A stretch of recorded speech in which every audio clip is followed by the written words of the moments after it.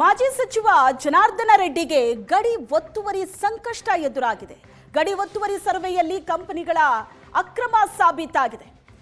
Asianet ಸುವರ್ಣ ನ್ಯೂಸ್ನ ಬಳಿ ಈ ಬಗ್ಗೆ ಎಕ್ಸ್ಕ್ಲೂಸಿವ್ ಆದಂತಹ ನಕ್ಷೆ ಲಭ್ಯ ಆಗಿದೆ. ಒತ್ತುವರಿಯ ಎಕ್ಸ್ಕ್ಲೂಸಿವ್ ಆದಂತಹ ನಕ್ಷೆ. ಗಡಿ ಒತ್ತುವರಿ ಸರ್ವೆಯಲ್ಲಿ ಕಂಪನಿಗಳ ಅಕ್ರಮ ಸಾಬೀತಾಗಿದೆಯಾ? ಸುವರ್ಣ ನ್ಯೂಸ್ ಬಳಿ ಗಡಿ ಒತ್ತುವರಿಯ ಎಕ್ಸ್ಕ್ಲೂಸಿವ್ ಆದ ನಕ್ಷೆ. ರೆಡ್ಡಿ ಒಡೆತನದ 4 ಕಂಪನಿ ಸೇರಿ 6 ಕಂಪನಿಗಳಿಂದ ಅಕ್ರಮ ನಡೆದಿದೆ. ಕರ್ನಾಟಕದ ಗಡಿ ಒತ್ತುವರಿ ಸಂಬಂಧ ಸರ್ವೆ ತಂಡದ ಸಾಕ್ಷಿ. ಸುಪ್ರೀಂ ಕೋರ್ಟ್ ನಿವೃತ್ತ ಜಡ್ಜ್ ನೇತೃತ್ವದಲ್ಲಿ ಸರ್ವೆ ಕಾರ್ಯ ನಡೆದಿದೆ. ಗಣಿ ಕಂಪನಿ ವಿರುದ್ಧ ಕಳೆದ ತಿಂಗಳು ಸರ್ವೆ ಮಾಡಿದ್ದ ತಂಡ, ಸುಧಾಂಶು ಜುಲಿಯಾ ನೇತೃತ್ವದ ತಂಡ ಸರ್ವೆ ಕಾರ್ಯವನ್ನ ಮಾಡಿತ್ತು. ಡ್ರೋನ್ ಸೇರಿದಂತೆ ಅತ್ಯಾಧುನಿಕ ಮಾದರಿಯ ಸರ್ವೆ ಕಾರ್ಯವನ್ನ ನಡೆಸಲಾಗಿತ್ತು. ಜನವರಿ ಮೊದಲ ವಾರದಲ್ಲಿ ಸರ್ವೆ ತಂಡ ವರದಿಯನ್ನ ನೀಡಬೇಕಾಗಿತ್ತು. ಆದರೆ ತಮ್ಮ ವಾದ ಸಲ್ಲಿಕೆಗೆ ಜನವರಿ 20ರವರೆಗೂ ಸಮಯವನ್ನ ಕೇಳಿದ್ದಾರೆ ರೆಡ್ಡಿ. ಜನವರಿ ಕೊನೆ ವಾರದಲ್ಲಿ ಸುಪ್ರೀಂ ಕೋರ್ಟಿಗೆ ವರದಿ ಸಲ್ಲಿಕೆ ಆಗತ್ತೆ. ಜನವರಿ ಕೊನೆಯ ವಾರದಲ್ಲಿ ವರದಿ ಸಲ್ಲಿಕೆ ಆಗತ್ತೆ. ಜನವರಿ ಕೊನೆಯ ವಾರದಲ್ಲಿ ಸುಪ್ರೀಂ ಕೋರ್ಟ್ಗೆ ವರದಿ ಸಲ್ಲಿಕೆ ಮಾಡೋದಕ್ಕೆ ತಯಾರಿ ನಡೆದಿದೆ. ರೆಡ್ಡಿ ಒಡೆತನದ 4 ಕಂಪನಿ ಸೇರಿದಂತೆ ಒಟ್ಟು 6 ಕಂಪನಿಗಳಿಂದ ಅಕ್ರಮ ನಡೆದಿದೆ. ಗಡಿ ಒತ್ತುವರಿ ಸರ್ವೆ ಅತ್ಯಾಧುನಿಕವಾಗಿ ಸರ್ವೆಯನ್ನ ನಡೆಸಲಾಯಿತು.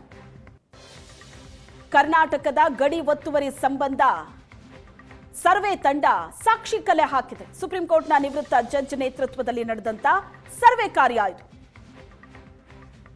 ಸುಧಾಂಶು ಜುಲಿಯಾ ನೇತೃತ್ವದ ತಂಡ ಸರ್ವೆ ಕಾರ್ಯವನ್ನ ನಡೆಸಿದೆ. ಡ್ರೋನ್ ಸೇರಿದಂತೆ ಅತ್ಯಾಧುನಿಕ ಮಾದರಿಯ ಸರ್ವೆ ಕಾರ್ಯವನ್ನ ಮಾಡಿ ಮುಗಿಸಿದೆ. ಈಗಾಗಲೇ ಸರ್ವೆ ತಂಡ ಈ ಬಗ್ಗೆ ವರದಿಯನ್ನ ಕೊಡಬೇಕಾಗಿತ್ತು ಜನವರಿ ಮೊದಲ ವಾರದಲ್ಲೇ. ಆದರೆ ತಮ್ಮ ವಾದ ಸಲ್ಲಿಕೆಗೆ ಜನವರಿ 20ರವರೆಗೂ ಸಮಯ ಕೇಳಿದ್ದಾರೆ ರೆಡ್ಡಿ. ಜನವರಿ ಕೊನೆ ವಾರದಲ್ಲಿ ಸುಪ್ರೀಂ ಕೋರ್ಟಿಗೆ ವರದಿ ಸಲ್ಲಿಕೆ ಆಗುತ್ತೆ.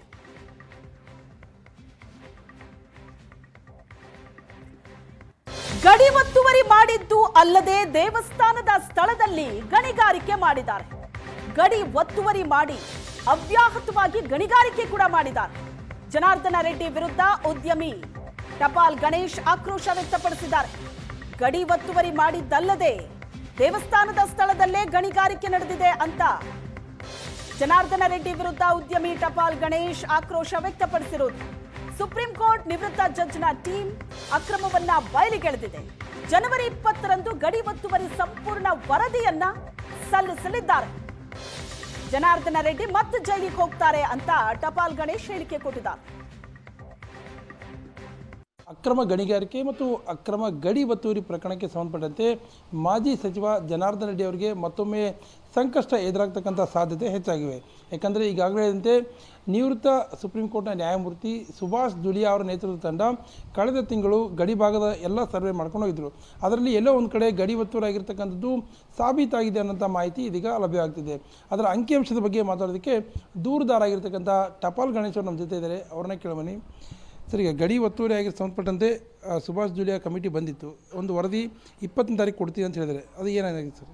ಸರ್, ಸುಭಾಷ್ ಜುಲಿಯಾ ಕಮಿಟಿ ಆ್ಯಕ್ಚುಯಲ್ ಆಗಿ ಈ ಕಳೆದ ತಿಂಗಳಲ್ಲಿ ಅವರು ಸರ್ವೆ ಮೂಲಕ, ಡ್ರೋನ್ ಸರ್ವೆ ಮೂಲಕ ಆಂಧ್ರ ಸರ್ಕಾರ ಒಂದು ಕಮಿಟಿ ಮಾಡಿಕೊಂಡು ಕಮಿಟಿಯವರು ಎಲ್ಲ ರಿಪೋರ್ಟು, ಇವರು ಓಬಳಾಪುರಂನವರು ಏನು 4 ಲೀಸ್ ಅಂದರೆ ಓಬಳಾಪುರಂ ಕಂಪನಿ ಹೆಸರ ಮೇಲೆ 3 ಲೀಸು ಮತ್ತು ಅವ್ರ ಪತ್ನಿ ಲಕ್ಷ್ಮೀ ಅರುಣ ಹೆಸರ ಮೇಲೆ 1 ಲೀಸ್ AMC. ಈ 4 ಲೀಸುಗೆ ಆಂಧ್ರ ಸರ್ಕಾರ ಆಲ್ರೆಡಿ ರದ್ದತಿಗೆ ಶಿಫಾರಸು ಮಾಡಿದೆ. ಇವರು ಗ್ರಾಂಟಿಂಗ್ ಆಫ್ ಲೀಸೇ ತಪ್ಪಿದೆ ಅಂತೇಳಿ. ಇವತ್ತು ಸುಧಾಂಶು ಜುಲಿಯಾ ಕಮಿಟಿಯವರು ಈ ಒಂದು ತಪ್ಪುಗಳು ಅಂದರೆ ಏನು, ಎಂಕ್ರೋಚ್ಮೆಂಟು ಎಲ್ಲವೂ ಬಹಿರಂಗಪಡಿಸಿದ್ದಾರೆ. ಸುಗ್ಲಂಗುಡಿ ದೇವಸ್ಥಾನ ಅಂದರೆ ಏನು, ಸಿದ್ದಾಪುರ ಓಬಳಾಪುರ ವ್ಯಾಪ್ತಿಯಲ್ಲಿರುವ ಸುಗ್ಲಂಗುಡಿ ದೇವಸ್ಥಾನ ನೋಡಿ ಜಾಗ. ಸುಗ್ಲಂಗುಡಿ ಅರಣ್ಯ ನಕ್ಷೆಯಲ್ಲಿ ಸುಗ್ಲಂಗುಡಿ ಟೆಂಪಲ್ ಅಂತ ಇದೆ ನೋಡಿ. ನಾನು ಒಂದು ಫೋಟೋ ತೋರಿಸ್ತಾ ಇದ್ದೀನಿ. ಇದೇ ಸುಗ್ಲಂಗುಡಿ ಗುಡ್ಡದ ಮೇಲೆ ಈ ಥರ ಇತ್ತು ಈ ಟೆಂಪಲ್. ಈ ಟೆಂಪಲು, ಈ ಜಾಗ ಮಿನರಲ್ ಸಂಪತ್ತಿರೋ ಜಾಗ. ಈ ಮಿನರಲ್ ಸಂಪತ್ತನ್ನು 10 ಎಕರೆ ನೋಮಾನ್ ಜೋನು ಈ ಮಿನರಲ್ ಸಂಪತ್ತನ್ನು ಕಬಳಿಕೆ ಮಾಡಿ ಸುಮಾರು 10 ಎಕರೆ ಅಂದರೆ ನೀವೇ ಅಗಲ ಉದ್ದ ಮಾಡ್ಕೊಳ್ರಿ, ಸುಮಾರು 150-200 ಮೀಟ್ರ್ ಡೆಪ್ತ್ ಹೋಗಿದ್ದಾರೆ. ಇವಾಗ ಆಂಧ್ರ ಸರ್ಕಾರ ಸರ್ಕಾರ ವೆರಿ ಕ್ಲಿಯರಾಗಿ ಅಪ್ಡೇಟ್ ಹಾಕಿದೆ. ಇದರಲ್ಲಿ ಎಷ್ಟು ಹಣ ಸಂಪಾದನೆ ಮಾಡಿದಾರೋ ಇದ್ರ ಮೇಲೆ ರಿಕವರಿ ಹೋಗಬೇಕು ಅಂತೇಳಿ ಆಲ್ರೆಡಿ ಸರ್ವೋಚ್ಚ ನ್ಯಾಯಾಲಯ ಮುಂದೆ ಅಪ್ಡೇಟ್ ಹಾಕಿದೆ. ಓಬಳಾಪುರಂ ಮೈನಿಂಗ್ ಕಂಪ್ನಿದವರು ಅಕ್ರಮಗಳು ಅಳಿಯಾಗಿ ಬಿಚ್ಚಿದ್ದಾರೆ. ಅವರು ಯಾರು ಸುಧಾಂಶು ದುಲಿಯಾ ಕಮಿಟಿಯವರು ಏನು ಓಬಳಾಪುರಂ 1 ಎಷ್ಟು ಅಕ್ರಮ ನಡೆದಿದೆ, ಓಬಳಾಪುರಂ 2 ಎಷ್ಟು ಅಕ್ರಮ ನಡೆದಿದೆ, ಓಬಳಾಪುರಂ 3 ಅಂದರೆ 68.50 ಅದರಲ್ಲಿ ಎಷ್ಟು ಅಕ್ರಮ ಗಣಿಗಾರಿಕೆ ನಡೆದಿದೆ ಎಂಬುದು ಬಹಿರಂಗಪಡಿಸಿದ್ದಾರೆ. ಜನಾರ್ದನ್ ರೆಡ್ಡಿ ಅವ್ರದ್ದು ಟೋಟಲಿ ಅವ್ರು ಏನು ನಾನು ಸತ್ಯ ಹರಿಶ್ಚಂದ್ರ ಮಗ ಐ ಆಮ್ 24 ಕ್ಯಾಟ್ ಗೋಲ್ಡ್ ಅಂತ ಹೇಳ್ತಾ ಇದ್ರಲ್ಲ, ಎಲ್ಲ ಸುಳ್ಳೆ. ಅವ್ರು ಮಾಡಿದೆಲ್ಲವೂ ಅಕ್ರಮನೇ, ಅವೆಲ್ಲ ಬಹಿರಂಗ ಆಗಿದೆ ಈ ಒಂದು ವರದಿ ಮೂಲಕ ಅಂತ ಹೇಳಿ ನಾನು ಹೇಳ್ತೀನಿ. ಆ್ಯಕ್ಚುಲಿ ಮೊನ್ನೆ ಜನವರಿ 5ಕ್ಕೆ ಸುಭಾಷ್ ದುಲಿಯಾ ಕಮಿಟಿ ಸುಪ್ರೀಂ ಕೋರ್ಟಿಗೆ ವರದಿ ಸಲ್ಲಿಸ್ತಾರೆ ಅಂತ ಹೇಳಿತ್ತು. ಅದೇನೋ ಮತ್ತೆ 20ನೇ ತಾರೀಕು ಹೋಗಿದಂತೆ. ಇವರಿಗೆ ಒಂದು ಕಾಲಾವಕಾಶ ಕೊಟ್ಟಿದ್ದಾರೆ ಜನಾರ್ದನ್ ರೆಡ್ಡಿ ಅವರಿಗೆ ಅಂತ ಹೇಳಿ. ಅಲ್ಲ, ಡೆಲ್ಲಿಯಲ್ಲಿ ಸುಧಾಂಶು ದುಲಿಯಾ ನೇತೃತ್ವದಲ್ಲಿ ಒಂದು ಕಮಿಟಿ 5ನೇ ತಾರೀಕು ಮೀಟಿಂಗ್ ಕರೀತಾರೆ ಆ ಭಾಗದ 6 ಗಣಿ ಮಾಲೀಕರಿಗೆ. ಅದರಲ್ಲಿ ಜನಾರ್ದನ್ ರೆಡ್ಡಿ ಕಂಪನಿ 4, ಯಾವುದು ವೈ ಮಹಾಬಲೇಶಪ್ಪ, BOP ಇವರೆಲ್ಲ ಹೋಗಿ ಅಲ್ಲಿ ಕಮಿಟಿ ಮುಂದೆ ಅಂದರೆ ಏನು ಈ 115 ಪೇಜಿ ಕೊಟ್ಟಿದ್ದರು, ಅದಕ್ಕೆ ಆಕ್ಷೇಪಣೆ ಸಲ್ಲಿಸಲಿಕ್ಕೆ ಒಂದು ಅವಕಾಶ ಕೊಟ್ಟಿದ್ದರು 5ನೇ ತಾರೀಕು. 5ನೇ ತಾರೀಕು ಒಳಗೆ ಕೊಡಬೇಕು. ಇವ್ರು ಏನು ಮಾಡಿದ್ರು, ಆ ಕಡೆ ಯಾರು ವೈ ಮಹಾಬಲೇಶಪ್ಪ BOPನವರು ಈ ವರದಿಗೆ ಅವರು ಒಪ್ಪಿಗೆ ವ್ಯಕ್ತಪಡಿಸ್ಯಾರ. ಈ ಜನಾರ್ದನ್ ರೆಡ್ಡಿ ಕಂಪನಿಯವರು ಆ ಒಂದು ವರದಿ ಮೇಲೆ ನಾವು ಏನು ನಮ್ಮ ಅಭ್ಯಂತರ ವ್ಯಕ್ತಪಡಿಸ್ತೀವಿ, ನಮಗೆ ಸ್ವಲ್ಪ ಕಾಲಾವಕಾಶ ಕೇಳಿದ್ದಾರೆ. ಅವ್ರು ಹೇಳಿದ್ದಾರೆ 20ನೇ ತಾರೀಕು ಒಳಗೆ ನಿಮ್ದು ಏನಿದ್ರು 20ನೇ ತಾರೀಕು ಒಳಗೆ ನೀವು ಕೊಡಬೇಕು, ನಾವು 20ನೇ ತಾರೀಕು ಸುಪ್ರೀಂ ಕೋರ್ಟ್ ಸರ್ವೋಚ್ಚ ನ್ಯಾಯಾಲಯ ಮುಂದೆ ನಾವು ಸಬ್ಮಿಟ್ ಮಾಡ್ತೀವಿ ಅಂತ ಹೇಳಿದ್ದಾರೆ.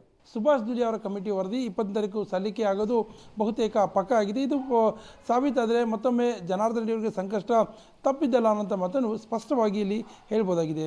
ಕ್ಯಾಮರಾ ಪರ್ಸನ್ ಶ್ರೀನಿವಾಸ್ ಜೊತೆ ನರಸಿಂಹಮೂರ್ತಿ, ಏಷ್ಯಾನೆಟ್ ಸುವರ್ಣ ನ್ಯೂಸ್, ಬಳ್ಳಾರಿ.